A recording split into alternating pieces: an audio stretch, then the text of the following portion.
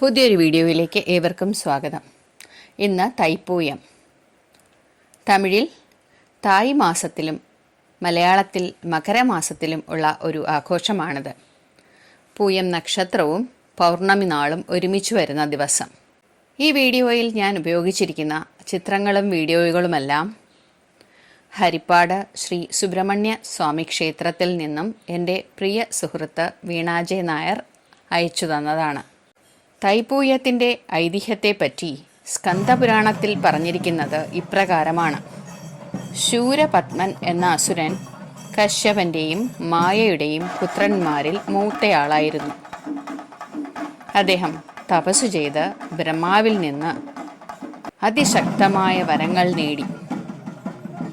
അതോടെ അഹങ്കാരിയായി തീർന്ന ശൂരപത്മൻ ദേവന്മാരെയും ഈ പ്രപഞ്ചത്തെയും ഉപദ്രവിക്കാൻ തുടങ്ങി.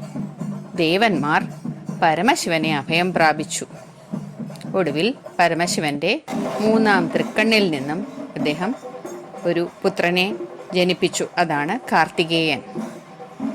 അതിവിപുലമായ ശൂരപത്മന്റെ അസുരപ്പടയെ നേരിടാനായി ദേവന്മാർ സർവസേനാധിപനായി സുബ്രഹ്മണ്യ സ്വാമിയെ ചുമതലപ്പെടുത്തി. അതികഠിനമായ യുദ്ധത്തിൽ ശൂരപത്മന്റെ ഇളയ സഹോദരനായ താരകാസുരനെ കാർത്തികേയൻ വധിച്ചു.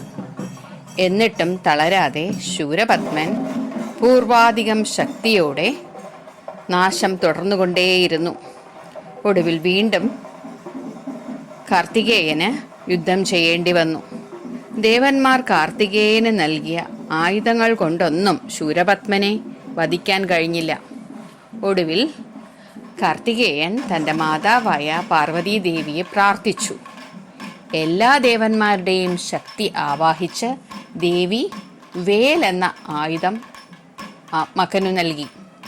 അങ്ങനെ ഭഗവാൻ വേലായുധനായി മാറി. അങ്ങനെ വേൽ ആയുധമാക്കി സുബ്രഹ്മണ്യൻ ശൂരപത്മനെ വധിച്ചു. തമിഴ്നാട്ടിലെ തിരുച്ചെന്തൂരിലാണ് മുരുകനും ശൂരപത്മനുമായുള്ള അവസാന യുദ്ധം നടന്നത് എന്ന് പറയപ്പെടുന്നു. കാവടിയാട്ടമാണ് തൈപ്പൂയ ഉത്സവത്തിൻ്റെ പ്രധാന നേർച്ച. ഭക്തന്മാർ കഠിനമായി വ്രതമനുഷ്ഠിച്ച് കാവടിയെടുക്കും. തൻ്റെ ആദിവ്യാദികളായ ഭാരത്തെ പ്രതിനിധീകരിക്കുന്നതാണ് കാവടി.